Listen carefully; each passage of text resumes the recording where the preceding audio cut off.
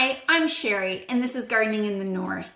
And today I want to share with you the 3 mistakes that I continuously have made that led me to my super easy, very simple, back to basics seed storage system.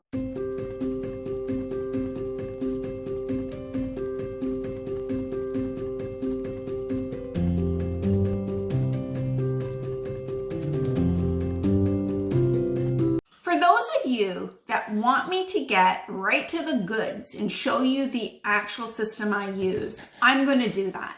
This is what my system looks like. But what I want to tell you is how I got to using the system, and then I want to show you or explain to you with a visual on how I use it. So the 3 mistakes that I have made that led me to using this particular system were continuously made. The first one is following the trends. Always following the trends on what other people are using. Seed storage systems are very personal to the gardener and their garden. And so what I mean by that is not every gardener can use the same system, because every gardener is going to, one, garden differently, and their space is going to be different. So the first mistake that I made was following the trends. I followed this mistake, or I made this mistake at least 3 times. The first one was getting a unit with many drawers, putting all my seeds in those drawers, putting labels on the front of it, and then sitting down with my pad of paper and drawing out my garden space and realizing that I had to pull all those drawers out and put them around me on the floor and basically dump them out to figure out what I had in there. The next trend that I tried to follow was the binder method. Now, this method was probably my daughter's favorite because she thought that flipping through that binder was easy. Except that I have so many seeds that I had to have each sleeve have a different seed packet in it because I didn't want to have to pull those seed packets out. My problem with that method was having a book that was way too big and having to flip through it to get to the section I wanted to, and then having to put the seeds back in, having to flip to each page to get it back in. Now, I know it works for a lot of people. I'm just saying it didn't work for me.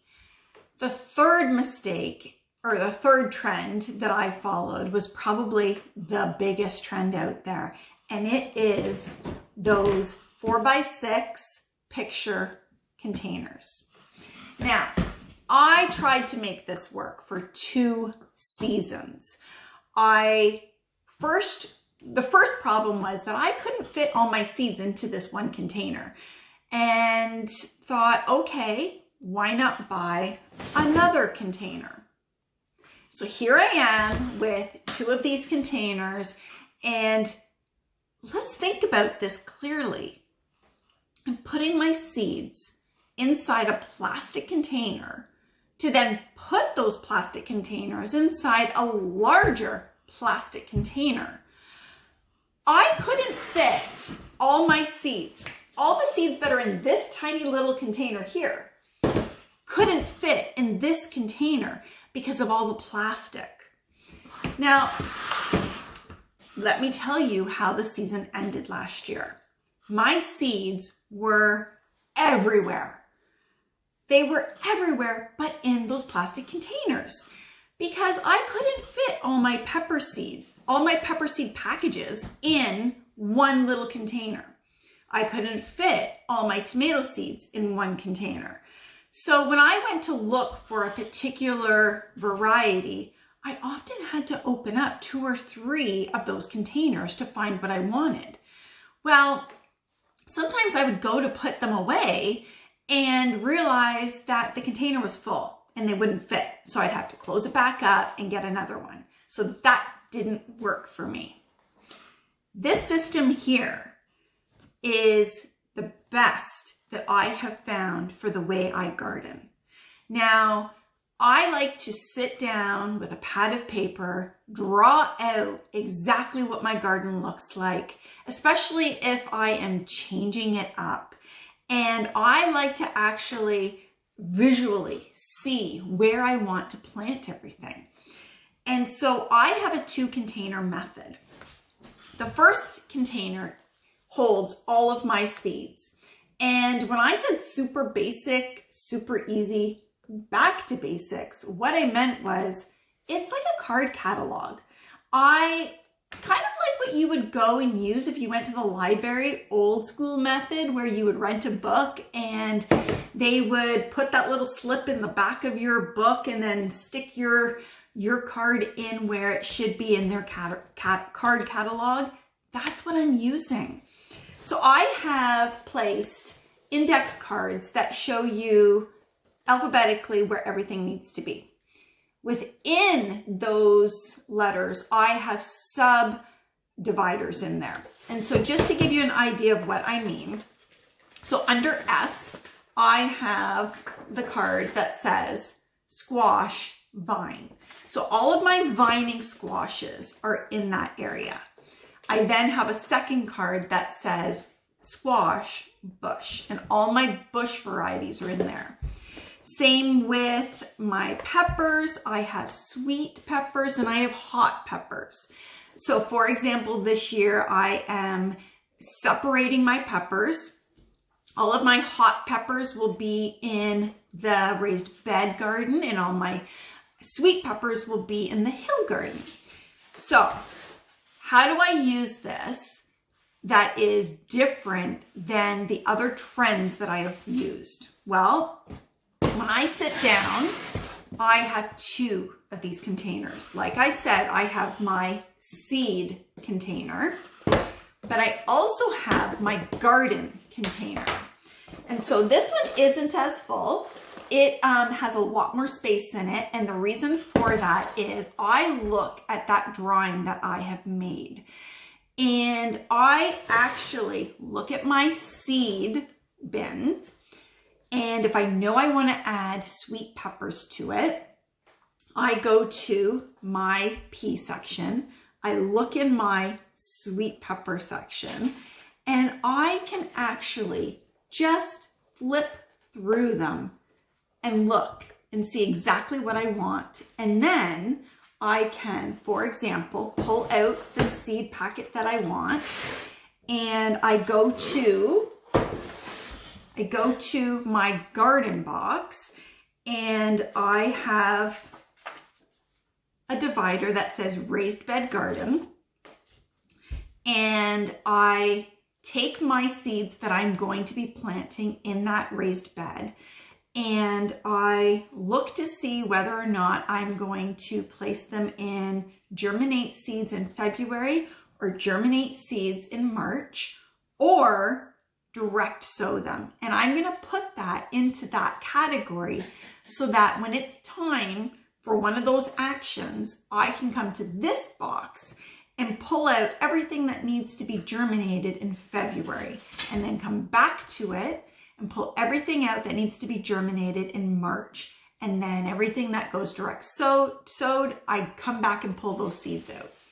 The great thing about this system is that at the end of the season, or when I'm done using those seeds, I come back to the seed storage one, and I go back to pea, and I go to sweet peppers, and I put it back in. It doesn't have to be in any particular order. It just goes back in. This way, I don't have seed packages everywhere. And I have 2 small containers. They come with lids. Everything is organized accordingly. And this helps me to keep organized. Let's talk about mistake number 2. Mistake number 2 that I know I'm not the only one making is overbuying. I can't tell you how many times I have purchased seeds from different companies, And as those seed packages start arriving and I start putting those seeds away in that current seed organization that I'm using, I realize I already have them. And I shake my head and I think, why did I buy the exact same seeds? I still have more than half a pack left. This new system prevents me from doing that. I sat on my couch this year with my iPad on my lap, this container beside me filled with all of my current seeds, and I went through the online catalogs for the various seed companies that I wanted to purchase seeds from. And when I saw a particular tomato variety that I wanted to get, I just flipped back to T for tomatoes and looked to see if I had this. And when I realized that I didn't have it and I didn't have anything similar to it, I added it to my cart. I didn't buy any duplicate seeds this year because of this method. It was the first time that I hadn't done that.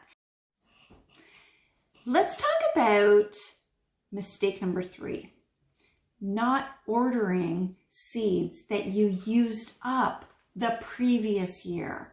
How many of you have gone to germinate your seeds and you realized that you don't have any of that particular variety that you really want? I know it's happened to me numerous times, and in order to prevent myself from that happening again, I saved all of my empty seed packages from last year, and I knew this year which ones to order. So in my garden box, I have a divider that says reorder. And within that reorder, I have a stack. So I have a stack of empty seed containers or seed packages. And when I sat down to put in my order for this year, not only did I not order anything that I already had, but I was able to go through these packages and say to myself, okay, I'm out of the solar yellow carrots and I really liked them last year. Order them again. Likewise, I was able to go through these packages and say, I really liked that, but I'm not going to order it this year. In which case I just kept them and put them back into that reorder category in my garden box so that next year when I go to order for the next year, 2022, I can pull these out along with any of the ones that I used this year and make the determination whether or not I want to replace them in my order. The last thing that I want to share with you about this system that I have started using is placing these little stars on the packages of different seeds that I absolutely have to grow in my garden every year. For example, the buttercup squash. Every year I plant that, and every year when I cook it up and we eat it for dinner, I just sit there and think to myself, this is why I plant this variety. I absolutely love it. And so what I'm trying to do with these stars is I'm trying to build a foundation of seeds so that I know there are a number of things that are a must in my garden. And once I've planted or planned for those must grow items in my garden, I can then take the other things that are on my like to grow list and start putting them in and around everywhere else. So this system here is going to help me build that foundation of seeds of my must list. Thank you so much for spending your time with me. I hope that you have enjoyed what I've shared today.